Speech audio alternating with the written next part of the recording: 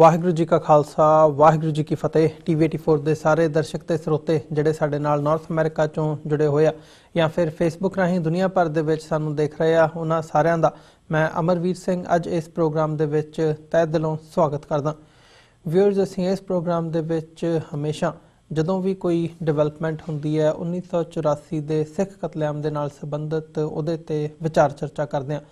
ਭਾਰਤੀ supreme court ਵੱਲ ਸਿੱਖਾਂ ਨੇ ਸਿੱਖ ਕੌਮ ਨੇ ਹਮੇਸ਼ਾ ਉਸ ਦੇ ਜਿਹੜੇ ਦਰਵਾਜ਼ੇ ਹੈਗੇ ਨੇ ਖੜਕਾਏ ਨੇ ਤਾਂ ਕਿ ਉੱਥੋਂ ਇਨਸਾਫ ਮਿਲ ਸਕੇ। SIT ਸਪੈਸ਼ਲ ਇਨਵੈਸਟੀਗੇਸ਼ਨ ਟੀਮ ਦਾ ਗਠਨ ਕੀਤਾ ਗਿਆ ਸੀ ਜਿਹਨੂੰ ਮੁੱਖ ਰੱਖਦਿਆਂ ਹੋਇਆ ਜਿਹੜੇ 1984 ਦੇ ਸਿੱਖ ਕਤਲੇਆਮ ਨਸਲਕੁਸ਼ੀ ਦੇ ਨਾਲ ਸੰਬੰਧਿਤ ਜਿਹੜੇ ਕੇਸ ਹੈਗੇ ਆ ਉਹਨਾਂ ਦੇ ਜਿਹੜੀ ਇਨਵੈਸਟੀਗੇਸ਼ਨ ਆ ਉਹਦੀ ਜਿਹੜੀ ਜਾਂਚ ਹੈਗੀ ਹੈ ਉਹ SIT ਨੂੰ ਸੌਂਪੀ ਗਈ ਸੀ। ਉਹਦੀ ਜਿਹੜੀ ਮਿਆਦ ਹੈਗੀ ਹੈ ਜਦੋਂ ਅਸੀਂ ਦੇਖਦੇ ਹਾਂ ਉਹ ਵੀ ਪਹਿਲਾਂ ਰਿਪੋਰਟ ਸੌਂਪਣ ਦਾ ਸੀ ਪਰ ਰਿਪੋਰਟ ਨਹੀਂ ਸੌਂਪੀ ਗਈ ਅਗਸਤ ਦੇ ਵਿੱਚ। ਤੇ ਹੁਣ ਜਦੋਂ ਅਸੀਂ ਦੇਖਦੇ ਹਾਂ ਕਿ ਨਵਾਂ ਇੱਕ ਉਸ ਦੇ ਵਿੱਚ ਡਿਵੈਲਪਮੈਂਟ ਹੋਈ ਹੈਗੀ ਹੈ ਕਿ 2 ਮੈਂਬਰੀ SIT ਜਿਹੜੀ ਹੈਗੀ ਹੈ ਉਹ ਹੁਣ ਇਨਵੈਸਟੀਗੇਟ ਕਰੇਗੀ ਜਿਹੜੇ 186 ਕੇਸ ਹੈਗੇ ਆ ਸਿੱਖ ਨਸਲਕੁਸ਼ੀ ਦੇ ਨਾਲ ਸੰਬੰਧਿਤ। ਸੋ ਇਹ ਮਾਮਲਾ ਐਗਜ਼ੈਕਟਲੀ ਕਿੱਧਰ ਨੂੰ ਜਾ ਰਿਹਾ ਹੈ, ਕੀ ਇਹਦੇ 'ਚ ਕੋਈ ਡਿਵੈਲਪਮੈਂਟ ਹੋਈ ਹੈ ਨਹੀਂ ਹੋਈ, ਕੀ ਸਿੱਖ ਕੌਮ ਇਨਸਾਫ ਦੀ ਉਮੀਦ ਇੰਡੀਅਨ ਸੁਪਰੀਮ ਕੋਰਟ ਤੋਂ ਕਰ ਸਕਦੀ ਹੈ, ਇਹਨਾਂ ਸਵਾਲਾਂ ਦੇ ਜਿਹੜੇ ਜਵਾਬ ਹੈਗੇ ਆ ਉਹ ਜਾਣਨ ਦੇ ਲਈ ਅੱਜ ਅਸੀਂ ਸਾਡੇ ਨਾਲ ਦਿੱਲੀ ਤੋਂ ਉੱਘੇ ਪੱਤਰਕਾਰ ਸਰਦਾਰ ਗੁਰਚਰਨ ਸਿੰਘ ਬੱਬਰ ਸਾਡੇ ਨਾਲ ਫੋਨ ਲਾਈਨ ਤੇ ਬਣੇ ਨੇ। ਆਓ ਉਹਨਾਂ ਨਾਲ ਮਿਲ ਕੇ ਅੱਜ ਦੀ ਵਿਚਾਰ ਚਰਚਾ ਦੀ ਸ਼ੁਰੂਆਤ ਕਰਦੇ ਹਾਂ। ਹਾਂਜੀ ਬੱਬਰ ਸਾਹਿਬ, ਤੁਹਾਡਾ ਸਵਾਗਤ ਹੈ ਜੀ। ਵਾਹਿਗੁਰੂ ਜੀ ਕਾ ਖਾਲਸਾ ਵਾਹਿਗੁਰੂ ਜੀ ਕੀ ਫਤਿਹ। ਵਾਹਿਗੁਰੂ ਜੀ ਕਾ ਖਾਲਸਾ ਵਾਹਿਗੁਰੂ ਜੀ ਕੀ ਫਤਿਹ। ਬੱਬਰ ਸਾਹਿਬ, ਸ਼ੁਰੂਆਤ ਕਰੀਏ। ਇਹ ਜਿਹੜੇ 186 ਮਾਮਲੇ ਹੈਗੇ ਆ, ਜੇ ਮੈਂ ਗਲਤ ਨਾ ਹੋਵਾਂ ਤਾਂ SIT ਬਣਾਈ ਗਈ ਸੀ, ਉਹਨੇ ਜਿਹੜੀ ਆਪਣੀ ਰਿਪੋਰਟ ਸੀ ਉਹ ਅਗਸਤ ਦੇ ਵਿੱਚ ਦੇਣੀ ਸੀ ਪਰ ਹਜੇ ਇਹੀ ਨਹੀਂ ਡਿਸਾਈਡ ਹੋ ਰਿਹਾ ਵੀ 2 ਜਿਹੜੇ ਜੱਜ ਹੈਗੇ ਆ ਉਹਦੇ ਵਿੱਚ ਉਹਨਾਂ ਨੇ SIT ਦੇ ਮੈਂਬਰ ਵਜੋਂ ਉਹਨਾਂ ਨੇ ਜਾਂਚ ਅੱਗੇ ਕਰਨੀ ਹੈ, 3 ਨੇ ਕਰਨੀ ਹੈ ਜਾਂ ਕਿਹਨੇ ਕਰਨੀ ਹੈ ਕਿਹਨੇ ਨਹੀਂ ਕਰਨੀ। ਸੋ ਇਹ ਜਿਹੜੀ ਡਿਵੈਲਪਮੈਂਟ ਹੈਗੀ ਹੈ ਇਹਨੂੰ ਸਲੋ ਪ੍ਰੋਸੈਸ ਕਿਹਾ ਜਾਵੇ ਜਾਂ ਸਿੱਖ ਕੌਮ ਦੇ ਨਾਲ ਮਜ਼ਾਕ ਕਿਹਾ ਜਾਵੇ? ਧੋਖਾ ਦੇ ਰਹੇ ਨੇ, ਧੋਖਾ। ਇਹ ਸਰਕਾਰ ਜਿਹੜੀ ਹੈ ਸਿੱਖਾਂ ਨੂੰ 34 ਸਾਲ ਤੋਂ ਧੋਖਾ ਹੀ ਦਿੰਦੀ ਆਈ ਹੈ ਔਰ ਇਹ ਧੋਖਾ ਹੀ ਹੈ ਜਿਹੜਾ ਕਿ ਇੱਕ ਕਮੇਟੀ ਤੋਂ ਬਾਅਦ ਦੂਸਰੀ ਕਮੇਟੀ, ਇੱਕ ਜਾਂਚ ਕਮੇਟੀ ਤੋਂ ਬਾਅਦ ਦੂਸਰੀ ਜਾਂਚ ਕਮੇਟੀ, ਇੱਕ ਕਮਿਸ਼ਨ ਤੋਂ ਬਾਅਦ ਦੂਸਰਾ ਕਮਿਸ਼ਨ ਟਾਈਮ ਬਰਬਾਦ ਕਰਦੇ ਰਹੇ ਨੇ। ਇਹ ਸਿੱਖਾਂ ਦਾ ਜਿਹੜਾ ਗੁੱਸਾ ਹੈ, ਇਹਨਾਂ ਨੇ ਸੋਚਿਆ ਹੈ ਕਿ ਅਸੀਂ ਐਸਾ ਕਮੇਟੀ ਦਰ ਕਮੇਟੀ, ਕਮਿਸ਼ਨ ਦਰ ਕਮਿਸ਼ਨ ਬਣਾ ਕੇ ਸਿੱਖਾਂ ਨੂੰ ਲਾਰਾ ਲੱਪਾ ਲਾਈ ਰੱਖੇ, ਤੁਹਾਨੂੰ ਜਸਟਿਸ ਮਿਲੇਗਾ। ਔਰ ਸਾਡੇ ਭਾਈਚਾਰੇ ਦੇ ਵਿੱਚ ਵੀ ਇੱਕ ਕਲਾਸ ਜਿਹੜੀ ਹੈ ਉਹ ਬੜੀ ਸਰਕਾਰ ਦੀ ਖੁਸ਼ਾਮਦੀ ਕਰਦੀ ਹੈ, ਉਹ ਵੀ ਦੱਬ ਕੇ ਉਛਲ ਕੇ ਚੈਨਲਾਂ ਤੇ ਅਖਬਾਰਾਂ ਦੇ ਵਿੱਚ ਆ ਜਾਂਦੇ ਨੇ ਕਿ ਹੁਣ ਤੇ ਜਸਟਿਸ ਮਿਲੇਗਾ ਹੀ ਮਿਲੇਗਾ। ਹੁਣ SIT ਬਣ ਗਈ ਹੈ, ਹੁਣ ਕਮਿਸ਼ਨ ਬਣ ਗਿਆ ਹੈ। ਇਹ ਕਰਦੇ ਕਰਦੇ ਇਹਨਾਂ ਸਰਦਾਰਾਂ ਨੂੰ ਜਿਹੜੇ ਕਿ ਸਰਕਾਰ ਦੇ ਇਸ਼ਾਰੇ ਦੇ ਉੱਤੇ ਮੀਡੀਆ ਦੇ ਵਿੱਚ ਖੜੇ ਹੋ ਜਾਂਦੇ ਨੇ ਜੀ ਕਿ ਸਾਨੂੰ ਹੁਣ ਜਸਟਿਸ ਮਿਲਣਾ ਹੀ ਮਿਲਣਾ ਹੈ, ਜਦ ਕਿ ਕੁਛ ਨਹੀਂ ਮਿਲਣਾ, ਕੁਛ ਵੀ ਨਹੀਂ ਮਿਲਣਾ। ਤੁਸੀਂ ਦੇਖੋ, ਬੜੀ ਅਜੀਬ ਜਿਹੀ ਗੱਲ ਹੈ। ਮੈਂ ਪਿਛਲੇ 3 ਦਿਨਾਂ ਤੋਂ 4 ਦਿਨਾਂ ਤੋਂ ਦੇਖ ਰਿਹਾ ਗੁਰਦੁਆਰਾ ਕਮੇਟੀਆਂ ਦੇ ਬੰਦੇ, ਅਕਾਲੀ ਦਲਾਂ ਦੇ ਬੰਦੇ ਉਛਲ ਕੇ ਚੈਨਲਾਂ ਤੇ ਆ ਰਹੇ ਹੈ ਔਰ ਸਰਕਾਰੀ ਏਜੰਸੀਆਂ ਦੇ ਵੀ ਕੁਝ ਬੰਦੇ ਜੀ ਕਿ ਬਹੁਤ ਵਧੀਆ ਹੋ ਗਿਆ, ਹੁਣ ਤੇ ਜਸਟਿਸ ਮਿਲ ਹੀ ਜਾਣਾ ਹੈ। ਇਹ 160 ਕੇਸ ਜਿਹੜੇ ਆ ਗਏ ਨੇ 160, ਇਹ ਹੁਣ ਦੁਬਾਰਾ ਖੁੱਲਣਗੇ ਤੇ ਤੁਸੀਂ ਦੇਖਣਾ ਇਹ ਹੁਣ ਸਾਨੂੰ ਜਸਟਿਸ ਮਿਲਣਾ। ਸ਼ਰਮ ਹੀ ਨਹੀਂ ਆਉਂਦੀ ਸਾਡੇ ਬੰਦਿਆਂ ਨੂੰ। 5000 ਤੋਂ ਵੱਧ ਬੰਦੇ ਮਾਰ ਦਿੱਤੇ ਦਿੱਲੀ ਦੇ ਵਿੱਚ ਜੀ, ਸਰੇਆਮ 20,000 ਤੋਂ ਵੱਧ ਜ਼ਖਮੀ, 525 ਗੁਰਦੁਆਰਿਆਂ ਨੂੰ ਸਾੜ ਦਿੱਤਾ, ਹਜ਼ਾਰਾਂ ਸਾਹਿਬ ਸ਼੍ਰੀ ਗੁਰੂ ਗ੍ਰੰਥ ਸਾਹਿਬ ਸਾੜ ਦਿੱਤੇ, ਸੈਂਕੜੇ ਸਿੱਖ ਔਰਤਾਂ ਦੇ ਨਾਲ ਬਲਾਤਕਾਰ ਕੀਤਾ ਗਿਆ ਤੇ ਸਿੱਖਾਂ ਦੀਆਂ ਲਾਸ਼ਾਂ ਨੂੰ ਟਰੱਕਾਂ ਵਿੱਚ ਭਰ ਕੇ ਅਰਾਵਲੀ ਦੀਆਂ ਪਹਾੜੀਆਂ ਵਿੱਚ ਪੈਟਰੋਲ ਡੀਜ਼ਲ ਕੈਮੀਕਲ ਪਾ ਕੇ ਬਿਨਾਂ ਧਾਰਮਿਕ ਪ੍ਰਕਿਰਿਆ ਦੇ ਜੀ ਫੂਕ ਦਿੱਤਾ ਗਿਆ। ਤੇ ਸਾਨੂੰ ਬੜੀ ਖੁਸ਼ੀ ਚੜ ਗਈ ਕਿ ਸਾਡੇ ਕੇਸ ਜਿਹੜੇ ਨੇ ਉਹ ਹੁਣ ਸੁਪਰੀਮ ਕੋਰਟ ਜਿਹੜੀ ਹੈ ਉਹ ਖੁਲਵਾਏਗੀ ਔਰ ਕੰਮ ਚੱਲੇਗਾ। ਇਹ ਪਤਾ ਕੀ ਹੋ ਰਿਹਾ ਜੀ? ਇਹ ਲੇਟ ਦੀ ਗੱਲ, ਤੁਸੀਂ ਜਿਹੜਾ ਜਿਸ ਸ਼ਬਦ ਦਾ ਤੁਸੀਂ ਪ੍ਰਯੋਗ ਕੀਤਾ ਹੈ, ਇਹ ਸਲੋ ਪ੍ਰੋਸੈਸ, ਇਹ ਸਲੋ ਪ੍ਰੋਸੈਸ ਨਹੀਂ ਹੈ ਅਮਰਵੀਰ ਜੀ। 3-4 ਮਹੀਨਿਆਂ ਬਾਅਦ ਚੋਣਾਂ ਆਉਣ ਵਾਲੀਆਂ ਨੇ ਹਿੰਦੁਸਤਾਨ ਦੇ ਵਿੱਚ, ਇਲੈਕਸ਼ਨ ਆਉਣ ਵਾਲੇ ਨੇ ਜਿਹੜੇ ਕਿ ਮਾਰਚ ਅਪ੍ਰੈਲ ਤੋਂ ਬਾਅਦ ਤੱਕ ਇੱਕ ਮਾਹੌਲ ਬਣ ਜਾਣਾ ਹੈ ਔਰ ਉਹ ਇਲੈਕਸ਼ਨ ਦਾ ਇੱਕ ਇਹਨਾਂ ਨੂੰ ਵੈਪਨ ਚਾਹੀਦਾ ਹੈ ਕਿ ਅਸੀਂ ਦੇਖੋ 186 107 ਕੇਸ ਅਸੀਂ ਖੋਲ ਦਿੱਤੇ ਨੇ, ਹੁਣ ਤੇ ਜਸਟਿਸ ਮਿਲੇਗਾ। ਇਹ ਇੱਕ ਇਲੈਕਸ਼ਨ ਦੇ ਨੇੜੇ ਤੇੜੇ ਸਾਰੀ ਚੀਜ਼ ਸਪੀਡ ਨਾ ਕਰਕੇ ਮੀਡੀਆ ਦੇ ਵਿੱਚ ਇਹਨਾਂ ਨੇ ਇੱਕ ਇਨਵਾਇਰਨਮੈਂਟ ਜਨਰੇਟ ਕਰਨਾ ਹੈ ਔਰ ਉਸ ਤੋਂ ਬਾਅਦ ਇਹਨਾਂ ਨੇ ਸਿੱਖਾਂ ਦੇ ਵੋਟ ਖਾ ਜਾਣੇ ਨੇ ਪੂਰੀ ਤਰ੍ਹਾਂ, ਕਿਉਂਕਿ ਸਾਡੇ ਹੀ ਬੰਦਿਆਂ ਨੇ ਰੋਲਾ ਪਾਉਣਾ ਸ਼ੁਰੂ ਕਰ ਦੇਣਾ ਆਪਣੀਆਂ ਗੁਰਦੁਆਰਿਆਂ ਦੀਆਂ ਸਟੇਜਾਂ ਤੇ ਚੜ ਕੇ ਔਰ ਪ੍ਰੈਸ ਕਾਨਫਰੰਸਾਂ ਕਰਕੇ। ਇਹਨਾਂ ਨੇ ਇੰਨਾ ਮਾਹੌਲ ਬਣਾ ਦੇਣਾ ਹੈ ਕਿ ਹੁਣ ਤੇ ਤੁਸੀਂ ਮਤਲਬ ਕਿ ਮੋਦੀ ਸਾਹਿਬ ਤੇ ਹੁਣ ਤੇ ਜੋ ਵਾਅਦਾ ਕੀਤਾ ਉਹ ਪੂਰਾ ਕਰ ਰਹੇ। ਗੱਲ ਅਸਲ ਚ ਹੈ ਅਮਰਵੀਰ ਜੀ, ਇਹ ਜਿਹੜਾ ਸੁਪਰੀਮ ਕੋਰਟ ਦਾ ਨਾਲ ਵਰਤ ਰਹੇ ਨੇ, ਅਸਲ ਵਿੱਚ ਗੱਲ ਜਿਹੜੀ ਹੈ ਉਹ ਦੂਸਰੀ ਹੈ। ਦੂਸਰੀ ਇਸ ਤਰ੍ਹਾਂ ਹੈ ਕਿ ਇਹਨਾਂ ਨੂੰ ਪੁੱਛੋ ਕਿ ਇਹ 160 ਕੇਸ ਬੰਦ ਕਿਨੇ ਕਰਵਾਏ ਸੀ ਜੀ? ਬੰਦ ਤੇ ਸਰਕਾਰੀ ਵਕੀਲਾਂ ਨੇ ਕਿਹਾ ਕਿ ਦਿੱਲੀ ਪੁਲਿਸ ਕਹਿੰਦੀ ਹੈ ਕਿ ਸਾਨੂੰ ਕੁਝ ਨਹੀਂ ਮਿਲਿਆ ਤੇ ਇਹਨੂੰ ਬੰਦ ਕਰ ਦੋ ਜੀ। ਤੇ ਖੁਲਵਾਏ ਕਿਵੇਂ ਸੀ? ਕਰ ਕੌਣ ਰਿਹਾ ਸੀ? ਸਰਕਾਰ। ਜਦ ਸਰਕਾਰ ਚਾਹੁੰਦੀ ਆ ਤੇ ਆਪਣੇ ਸਰਕਾਰੀ ਵਕੀਲਾਂ ਤੇ ਪੁਲਿਸ ਦੇ ਵੱਲੋਂ ਐਫੀਡੇਵਿਟ ਕੋਰਟ ਦੇ ਕੇ ਮੁਕੱਦਮਾ ਕਲੋਜ਼ ਕਰਾ ਦਿੰਦੇ ਆ। ਜਦ ਸਰਕਾਰ ਨੂੰ ਇਹਨਾਂ ਤੋਂ ਕੁਝ ਲੈਣਾ ਹੁੰਦਾ ਹੈ ਕਿ ਹੁਣ ਵਕਤ ਆ ਗਿਆ ਵੋਟਾਂ ਬਟੋਰਨੀਆਂ ਇੰਤਜ਼ਾਰਾਂ ਦੀਆਂ, ਤੇ ਸਰਕਾਰ ਫਿਰ ਆਪਣੇ ਢੰਗ ਦਾ ਫਿਰ ਵਕੀਲਾਂ ਨੂੰ ਕੋਰਟ ਹੀ ਖੜਾ ਕਰ ਦਿੰਦੀ ਹੈ ਇੰਟੈਲੀਜੈਂਸ ਏਜੰਸੀਆਂ ਦੇ ਨਾਲ ਮਿਲ ਕੇ, ਔਰ ਫਿਰ ਪੁਲਿਸ ਕਹਿਣ ਲੱਗ ਪੈਂਦੀ ਹੈ ਠੀਕ ਹੈ ਜੀ ਠੀਕ ਹੈ ਖੋਲੋ। ਹੁਣ ਖੋਲने के दे मुकदमे है, किहड़े मुकदमे खुलन वाले है? कोई बहुत कोई जगदीश टाइटलर, अरुण नेहरू, भजन लाल, HKL भगत, MMK वली, जितने बड़े सज्जन कुमार, जितने बड़े बड़े लोग और इस तो इलावा जितने कैबिनेट मिनिस्टर सन की तुसी उन्हां दे मुकदमे खोलन लगे हो कि तुसी होम सैक्रेटरी दे गवर्नर दे मुकदमे खोलन लगे हो, ਤੁਸੀਂ ਕਾਂਗਰਸ ਦੇ ਸਾਰੇ ਕੀ ਕੈਬਨਿਟ ਮਿਨਿਸਟਰਾਂ ਦੇ ਜਿਨ੍ਹਾਂ ਨੇ ਕਾਰਨੇਜ ਆਰਗੇਨਾਈਜ਼ ਕੀਤਾ ਸੀ, ਸਿੱਖਾਂ ਦਾ ਕਤਲੇਆਮ ਆਰਗੇਨਾਈਜ਼ ਕੀਤਾ ਸੀ, ਤੁਸੀਂ ਉਹਨਾਂ ਦੇ ਮੁਕੱਦਮੇ ਖੋਲਣ ਲੱਗੇ ਹੋ ਜੀ? ਕਿ ਤੁਸੀਂ ਦਿੱਲੀ ਪੁਲਿਸ ਦੇ ਸਾਰੇ SHO ACP ਦੇ ਮੁਕੱਦਮੇ ਖੋਲਣ ਲੱਗੇ ਹੋ? ਕਿ ਤੁਸੀਂ ਉਸ ਵਕਤ ਦੇ IG DIG ਹੋਮ ਸੈਕਟਰੀ ਦੇ ਮੁਕੱਦਮੇ ਖੋਲਣ ਲੱਗੇ ਹੋ? ਨਹੀਂ, ਇਹ ਰਾਮ ਲਾਲ ਸ਼ਾਮ ਲਾਲ ਦੇ ਮੁਕੱਦਮੇ ਆ ਔਰ ਇਹਨਾਂ ਨੇ ਆਪ ਹੀ ਬੰਦ ਕੀਤੇ ਸੀਗੇ, ਹੁਣ ਆਪ ਹੀ ਖੋਲਣ ਲੱਗ ਪਏ। ਇਲੈਕਸ਼ਨਾਂ ਖਤਮ ਹੋ ਜਾਣੀਆਂ ਨੇ ਫਿਰ ਇਹਨਾਂ ਨੇ ਚੁੱਪ ਹੋ ਜਾਣਾ।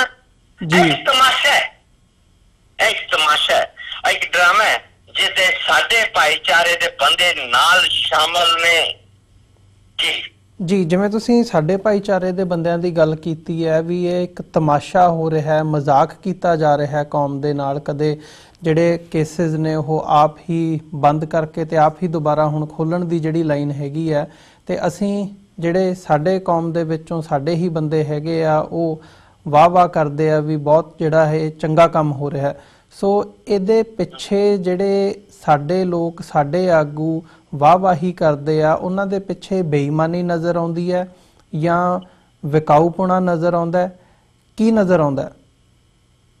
ਵੈਸਟਡ ਇੰਟਰਸਟ ਨੇ, ਆਪਣੇ ਜਾਤੀ ਫਾਇਦੇ ਨੇ, ਪਾਵਰ ਦੇ ਭੁੱਖੇ ਨੇ ਔਰ ਪੈਸੇ ਦੇ ਭੁੱਖੇ ਨੇ ਕਿ ਅਸੀਂ ਮੋਦੀ ਨਾਲ ਚਿਪਕ ਕੇ ਪਾਵਰ ਹਾਸਲ ਕਰਾਂਗੇ। ਦੂਸਰੇ ਪਾਸੇ ਦੂਜਾ ਜਿਹੜਾ ਧੜਾ ਹੈ ਉਹ ਸੋਚਦਾ ਹੈ ਕਿ ਅਸੀਂ ਕਾਂਗਰਸ ਨਾਲ ਮਿਲ ਕੇ ਪਾਵਰ ਹਾਸਲ ਕਰਾਂਗੇ, ਤੇ ਜੇ ਤੀਸਰਾ ਧੜਾ ਜਿਹੜਾ ਬਾਕੀ ਨੇ ਉਹਨਾਂ ਦਾ ਧੜਾ ਉਹ ਸੋਚਦਾ ਹੈ ਅਸੀਂ ਪਾਵਰ ਹਾਸਲ ਕਰਾਂਗੇ। ਗੱਲ ਅਸਲ ਵਿੱਚ ਹੈ ਕਿ ਸਾਡੇ ਭਾਈਚਾਰੇ 'ਚ ਧਾਰਾਵਾਂ ਪੈ ਰਹੀਆਂ ਨੇ ਔਰ ਤਿੰਨਾਂ ਦੇ ਧੜੇ ਅੱਡ ਅੱਡ ਨੇ ਜੀ ਔਰ ਤਿੰਨੋਂ ਆਪਣੇ ਵੈਸਟਡ ਇੰਟਰਸਟ ਦੇ ਨੇ। ਉਹਨਾਂ ਨੂੰ ਪਾਵਰ ਦੇ ਭੁੱਖੇ ਨੇ ਔਰ ਪੈਸੇ ਦੇ ਭੁੱਖੇ ਨੇ। ਤੇ ਜੇ ਤੁਸੀਂ ਝਾਤੀ ਮਾਰ ਲਓ ਇਹਨਾਂ ਤਿੰਨਾਂ ਜਿਹੜੀਆਂ ਧਾਰਾਵਾਂ ਬੈਠਣੀਆਂ ਨੇ, ਇਹਨਾਂ ਵੱਲ ਤੁਸੀਂ ਜੇ ਝਾਤੀ ਮਾਰੋ ਇਹ ਤੁਹਾਨੂੰ ਦਿਖਣਗੇ ਕਿ ਇਹ ਪਾਵਰ ਔਰ ਪੈਸੇ ਦੇ ਭੁੱਖੇ ਹੋਣ ਦੇ ਕਰਕੇ ਜਿੱਦਾਂ ਜਿੱਦਾਂ ਜਿਹਨੂੰ ਵਾਰਾ ਖਾਂਦਾ ਹੈ ਜੀ, ਜਿੱਦਾਂ ਜਿੱਦਾਂ ਜਿਹਨੂੰ ਵਾਰਾ ਖਾਂਦਾ, ਅਕਾਲੀਆਂ ਨੂੰ ਜੋ ਵਾਰਾ ਖਾਂਦਾ ਹੈ ਉਹ ਉਸ ਢੰਗ ਨਾਲ ਬੋਲਦੇ ਆ। ਅਕਾਲੀਆਂ ਦੇ ਹੋਰ ਜਿਹੜੇ ਧੜੇ ਆ ਉਹ ਆਪਣੇ ਢੰਗ ਨਾਲ ਬੋਲਦੇ ਆ ਕਿਉਂਕਿ ਵੈਸਟਡ ਇੰਟਰਸਟ ਨੇ, ਤੇ ਜਿਹੜੇ ਦੂਜੇ ਕਾਂਗਰਸ ਨਾਲ ਜੁੜੇ ਆ ਉਹਨਾਂ ਦੇ ਆਪਣੇ ਇੰਟਰਸਟ ਨੇ। ਤੇ ਇਸ ਕਰਕੇ ਜਿਹੜੀ ਗੱਲ ਹੈ ਨਾ ਸਰਦਾਰ ਸਾਹਿਬ, ਇਹ ਇੱਕ ਮਜ਼ਾਕ ਹੈ, ਬਹੁਤ ਵੱਡਾ ਮਜ਼ਾਕ ਹੈ ਕਿ ਤੁਸੀਂ ਦੇਖੋ ਹਜ਼ਾਰਾਂ ਲਾਸ਼ਾਂ ਪੈਟਰੋਲ ਤੇ ਡੀਜ਼ਲ ਪਾ ਕੇ ਸਾੜ ਦਿੱਤੀਆਂ, ਕੋਈ ਨਹੀਂ ਬੋਲਿਆ ਭਾਈਚਾਰੇ ਦੇ ਵਿੱਚੋਂ ਜੀ। ਮੈਨੂੰ ਇੱਕ ਦਾ ਵੀ ਸਟੇਟਮੈਂਟ ਦਿਖਾ ਦਿਓ ਤੁਸੀਂ। ਸਰਕਾਰ ਆਪਣੀ ਆਰਟੀਆਈ ਚ ਖੁਦ ਮੰਨਦੀ ਹੈ ਕਿ ਅਸੀਂ ਸ਼ਮਸ਼ਾਨ ਘਾਟਾਂ ਦੇ ਉੱਤੇ ਸੰਸਕਾਰ ਨਹੀਂ ਕੀਤੇ ਸਿੱਖਾਂ ਦੇ। ਸਰਕਾਰ ਖੁਦ ਮੰਨਦੀ ਹੈ ਕਿ ਅਸੀਂ ਸਿੱਖਾਂ ਦੀਆਂ ਲਾਸ਼ਾਂ ਨੂੰ ਸਾੜਨ ਵਾਸਤੇ ਕੋਈ ਸਰਕਾਰੀ ਖਜ਼ਾਨੇ ਤੋਂ ਕੋਈ ਸਮੱਗਰੀ ਪ੍ਰੋਵਾਈਡ ਨਹੀਂ ਕੀਤੀ, ਨਾ ਲੱਕੜਾਂ ਦਿੱਤੀਆਂ ਨਾ ਕੋਈ ਸਮੱਗਰੀ ਪ੍ਰੋਵਾਈਡ ਕੀਤੀ ਹੈ ਜੀ।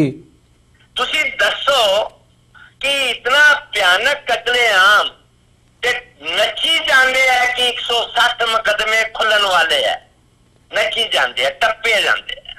ਔਰ ਤੁਸੀਂ ਦੇਖਦੇ ਹੋ ਸਾਫ਼ ਕਿ ਸੰਸਾਰ ਦੇ ਲੋਕ ਵੀ ਹੱਸ ਰਹੇ ਨੇ, ਮਜ਼ਾਕ ਉਡਾਉਂਦੇ ਨੇ ਲੋਕ ਕਿ ਸਿੱਖਾਂ ਦੀ ਕਿੰਨੀ ਕੁਟਾਈ ਹੋਈ ਆ ਤੇ ਬੰਦੇ ਦੇ ਪੁੱਤਰ ਬਣ ਗਏ।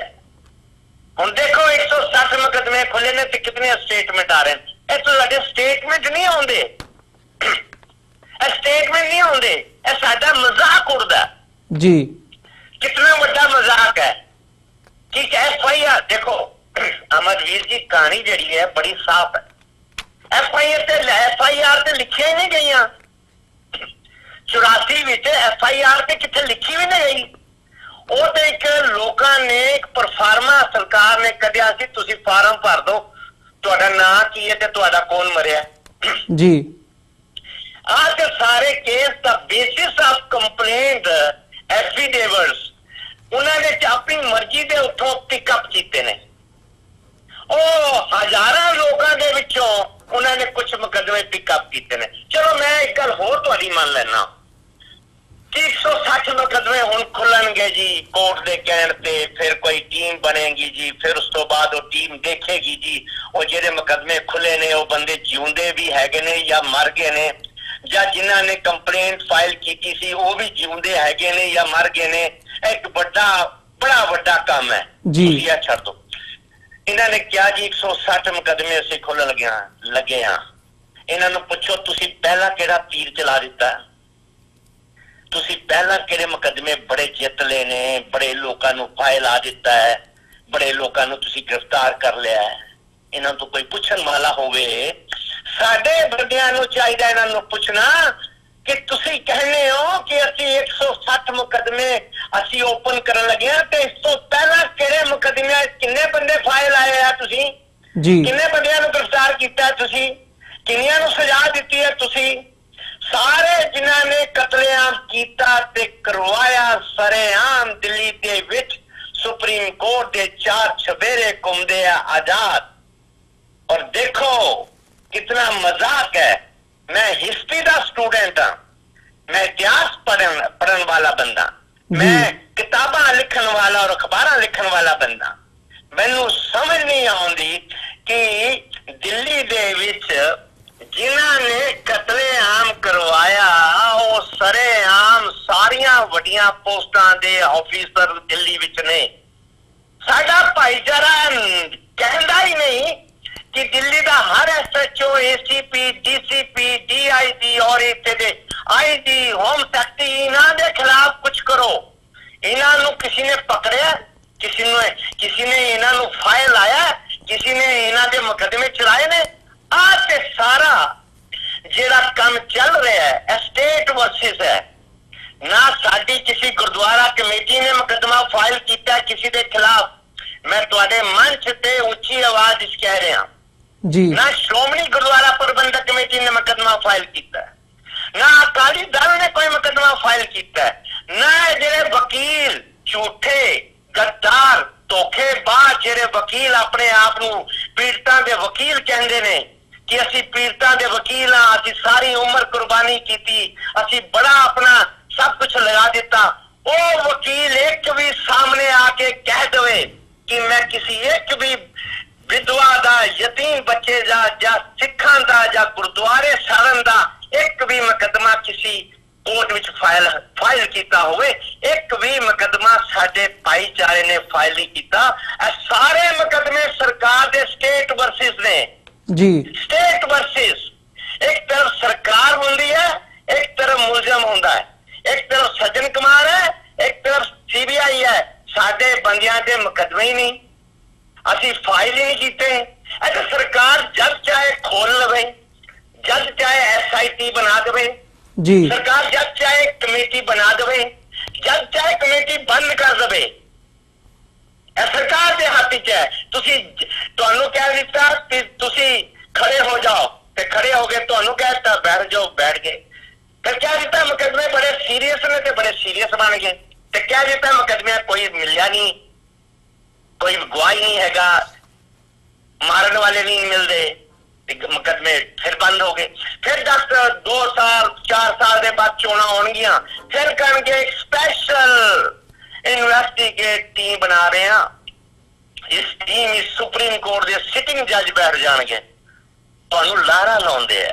यह धोखा है, गद्दारी है, जिदे साडा भाईचारा दे लीडर जिहड़े ने वो शामिल ने, लीडर शामिल ने, और आम सिख जिहड़ा है वो इन्हां वाल देखदा रह जांदा है।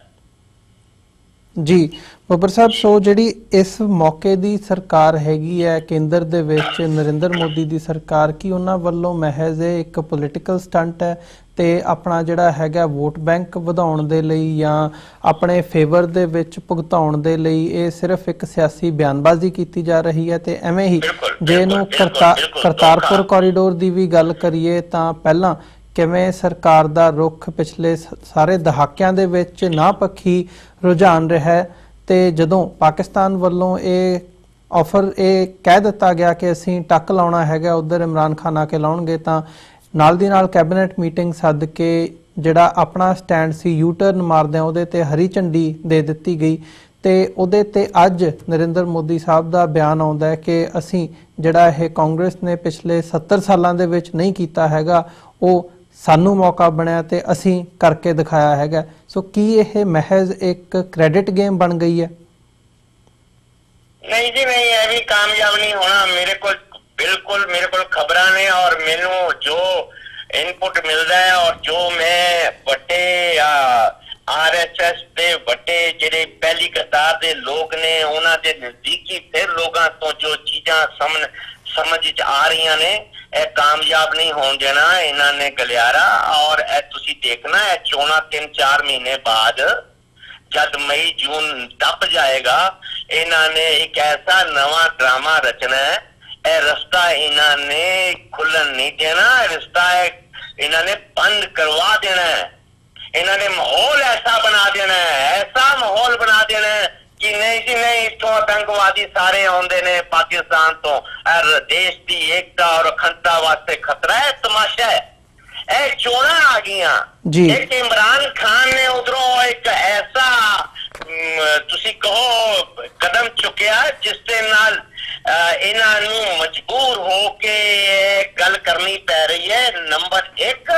ਤੇ ਨੰਬਰ 2 ਇਹਨਾਂ ਨੇ ਚੋਣਾਂ ਕਰਕੇ ਇਹ ਬੜੇ ਮੇਮਣੇ ਬਣ ਕੇ ਹਾਂਜੀ ਹਾਂਜੀ ਹਾਂਜੀ ਕਰ ਰਹੇ ਹੈ ਕਿ ਅਗਲੇ ਸਾਲ अक्टूबर तक सितंबर तक ਆਪਾਂ ਇਹਨੂੰ ਸਾਰੇ ਇਲਾਕੇ ਦੇ ਵਿੱਚ ਕੰਮ ਕਰ ਲਾਂਗੇ ਤੇ ਫਿਰ ਲੋਕਾਂ ਦਾ ਆਣਾ ਜਾਣਾ ਚੱਲ ਪਏਗਾ। ਮਈ ਚੋਣਾਂ ਹੋ ਜਾਣੀਆਂ ਮਗਰੋਂ ਇਹਨਾਂ ਬੰਦਿਆਂ ਨੇ ਐਸਾ ਇੱਕ ਮਾਹੌਲ ਬਣਾ ਦੇਣਾ और गलियारा देश वास्ते खतरा बन गया। ਅਸੀਂ ਇੱਥੇ ਜਿਹੜਾ ਇਹਨੂੰ ਬੰਦ ਕਰਨੇ ਆ, ਤੁਸੀਂ ਦੇਖ ਲੈਣਾ, ਮੇਰੀ ਗੱਲ ਯਾਦ ਰੱਖਣਾ, ਇਹਨੂੰ ਰਿਕਾਰਡ ਤੇ ਰੱਖੋ, ਤੁਸੀਂ ਇਹਨੂੰ ਯਾਦ ਰੱਖਣਾ ਜੀ। ਸੋ ਇਸ ਸਾਰੇ ਪਾਰਟ ਨੂੰ ਜਦੋਂ ਅਸੀਂ ਦੇਖਦੇ ਹਾਂ ਤਾਂ ਕੀ ਇਹ ਉਮੀਦ ਲਾਈ ਜਾ ਸਕਦੀ ਹੈ ਸਿਸਟਮ ਦੇ ਵਿੱਚੋਂ ਭਾਵੇਂ ਉਹ ਐਡਮਿਨਿਸਟ੍ਰੇਸ਼ਨ ਹੋਵੇ, CBI ਹੋਵੇ, ਇੰਡੀਅਨ ਸੁਪਰੀਮ ਕੋਰਟ ਹੋਵੇ ਜਾਂ ਕੋਈ ਵੀ ਜਿਹੜਾ ਅਦਾਰਾ ਹੈਗਾ ਇੰਡੀਅਨ ਸਿਸਟਮ ਦੇ ਵਿੱਚ ਕਿ ਉੱਥੋਂ ਜਿਹੜਾ ਇਨਸਾਫ ਹੈਗਾ 1984 ਦੇ ਸਿੱਖ ਕਤਲੇਆਮ ਦਾ, ਸਿੱਖ ਨਸਲਕੁਸ਼ੀ ਦਾ, ਉਹ ਨਿਕਲ ਸਕਦਾ? बिल्कुल नहीं निकलेगा, ना निकल सकता है। और जेड़े बंदे उम्मीदां ला के बैठे ने वो कौम नूं धोखा दे रहे ने, सरकार धोखा दे रही है, RSS धोखा दे रही है, और ये सब हिंदू भाई भाई ने। और ये सिख कौम कहां से आई? कच्चा कड़ा ते किरपान भेज देंगे पाकिस्तान। इन्हां दे मनां दे विच जेड़ी गल है वो सबक सिखाण दी सीगी, इन्हां ने सिखां नूं सबक सिखाया। Now history will speak. ਹੁਣ ਇਹ जनरेशन ट्रांसफर लड़ाई है, ਇਹ लड़ाई ਜਿਹੜੀ है जनरेशन ट्रांसफर खड़ी हो गई है। ਇਹ लड़ाई ਜਿਹੜੀ है इस दौर ਦੇ ਵਿੱਚ ਸਾਡੇ ਸਾਹਮਣੇ ਤੇ ਮੁੱਕਦੀ ਨਹੀਂ, ਪਰ ਇਹ जनरेशन ट्रांसफर लड़ाई है। ਸਿੱਖ ਤੇ ਛੱਡਣਗੇ ਨਹੀਂ, ਸਿੱਖਾਂ ਨੇ ਤੇ ਛੱਡਣਾ ਨਹੀਂ। ਵਕਤ ਦੱਸੇਗਾ ਕਿੰਨੀਆਂ जनरेशन ਦੇ ਬਾਅਦ ਸਿੱਖ ਆਪਣਾ ਜਸਟਿਸ ਲੈਂਦੇ ਨੇ। ਪਰ ਤੁਸੀਂ ਜੇ ਇਹ ਮੰਨ ਕੇ ਚੱਲੋ ਕਿ ਤੁਹਾਨੂੰ ਜਸਟਿਸ ਮਿਲੇਗਾ, ਜੇ ਤੁਸੀਂ ਇਹ ਮੰਨ ਕੇ ਚੱਲੋ ਕਿ ਤੁਹਾਨੂੰ ਕੋਈ ਸੁਪਰੀਮ ਕੋਰਟ ਜਾਂ ਹਿੰਦੁਸਤਾਨ ਦੀ ਪੁਲਿਸ ਇਨਸਾਫ ਦੇਗੀ, ਸਵਾਲ ਹੀ ਨਹੀਂ ਪੈਦਾ ਹੁੰਦਾ। ਤੁਸੀਂ ਹੁਣੇ ਗਲਿਆਰੇ ਦੀ ਗੱਲ ਕੀਤੀ ਹੈ, ਕੋਰੀਡੋਰ ਦੀ, ਕਰਤਾਰਪੁਰ ਸਾਹਿਬ ਦੀ ਗੱਲ ਕੀਤੀ ਹੈ। ਇੰਡੀਅਨ ਮੀਡੀਆ ਤੇ ਜ਼ਹਿਰ ਉਗਲ ਰਿਹਾ, ਹੁਣੇ ਤੋਂ ਹੀ ਜ਼ਹਿਰ ਉਗਲ ਰਿਹਾ। ਉਹ ਤੇ ਹੁਣੇ ਤੋਂ ਹੀ ਕਹਿ ਰਹੇ ਨੇ ਇਮਰਾਨ ਦੀ ਸਾਜ਼ਿਸ਼ ਹੈ, ਉਹ ਹੁਣੇ ਤੋਂ ਹੀ ਕਹਿ ਰਹੇ ਆ ਪਾਕਿਸਤਾਨੀ ਸਾਜ਼ਿਸ਼ ਰਚ ਰਹੇ ਨੇ और यह देश ਨੂੰ नुकसान पहुंचाएंगे। गलियारा ਜਿਹੜਾ इस्तेमाल करेंगे, उतो टैरोरिस्ट आएंगे। तो हुणे तो इंडियन मीडिया बोल रहे हैं जी। तो इस करके जिदन इन्होंने चाहना है, जिस तरह चाहना उदा होना है, क्योंकि हुण जिहड़ी लड़ाई सिखां दी हैगी है वो जनरेशन ट्रांसफर है। सिखां नूं इंतजार करना पेगा, देखना पेगा, और सिखां नूं अपनी लड़ाई जारी रखनी चाहिए, लोह जला के रखनी चाहिए। ਜਿਹੜੇ ਭਾਈਚਾਰੇ ਦੇ ਸਿੱਖ ਲੀਡਰ ਸਰਕਾਰ ਪੱਖੀ ਪੱਖੀ ਗੱਲਾਂ ਕਰਦੇ ਨੇ, ਉਹਨਾਂ ਦਾ ਵਿਰੋਧ ਕਰਦੇ ਰਹਿਣਾ ਚਾਹੀਦਾ ਹੈ। ਸਿੱਖਾਂ ਨੂੰ ਆਪਣਾ ਜਿਹੜਾ ਰੁਖ ਹੈ ਉਹ ਸਖਤ ਰੱਖਣਾ ਚਾਹੀਦਾ ਹੈ ਔਰ ਇੰਤਜ਼ਾਰ ਕਰਨਾ ਚਾਹੀਦਾ ਹੈ।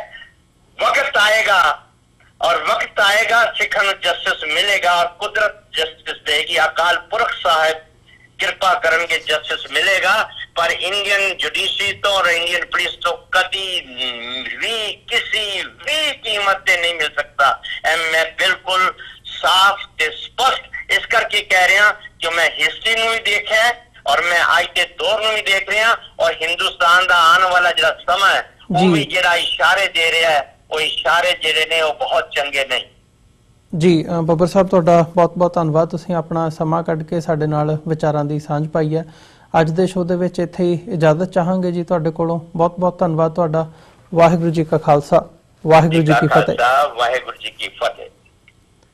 ਵਿਊਅਰਸ, ਜਿਵੇਂ ਕਿ ਸਰਦਾਰ ਗੁਰਚਰਨ ਸਿੰਘ ਬੱਬਰ ਹੋਰਾਂ ਦੇ ਜਿਹੜੇ ਕੰਕਲੂਡਿੰਗ ਕਮੈਂਟ ਹੈਗੇ ਆ ਉਹ ਇਹੀ ਆ ਕਿ ਇੰਡੀਅਨ ਸੁਪਰੀਮ ਕੋਰਟ ਹੋਵੇ ਜਾਂ ਕੋਈ ਵੀ ਅਦਾਰਾ ਹੋਵੇ, ਇਹ ਜਿਹੜੇ ਮਹਿਜ਼ ਵਿਖਾਵਾ ਹੈਗਾ, ਜਿਹੜੀਆਂ SITs ਬਣਦੀਆਂ ਨੇ ਜਾਂ ਕਮਿਸ਼ਨਸ ਬਣਾਉਣ ਦੀ ਗੱਲ ਕੀਤੀ ਜਾਂਦੀ ਹੈ। ਚੋਣਾਂ ਦੇ ਨੇੜੇ ਆ ਕੇ ਜਿਹੜੀ ਪ੍ਰੋਸੈਸ ਹੈਗੀ ਆ ਉਹਨੂੰ ਦਿਖਾਇਆ ਜਾਂਦਾ ਵੀ ਜੀ ਆਹ ਹੋ ਗਿਆ, ਉਹ ਹੋ ਗਿਆ, ਤੇ ਅੰਤ ਦੇ ਵਿੱਚ ਜਿਹੜੀ ਗੱਲ ਹੈਗੀ ਹੈ ਉਹ ਜਿਉਂ ਦੀ ਤਿਉਂ ਰਹਿੰਦੀ ਹੈ।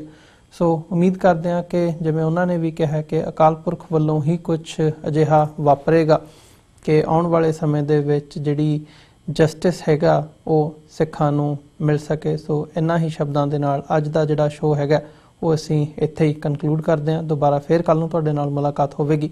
ਤਦ ਤੱਕ ਲਈ ਇਜਾਜ਼ਤ ਦਿਓ ਜੀ। ਵਾਹਿਗੁਰੂ ਜੀ ਕਾ ਖਾਲਸਾ, ਵਾਹਿਗੁਰੂ ਜੀ ਕੀ ਫਤਿਹ।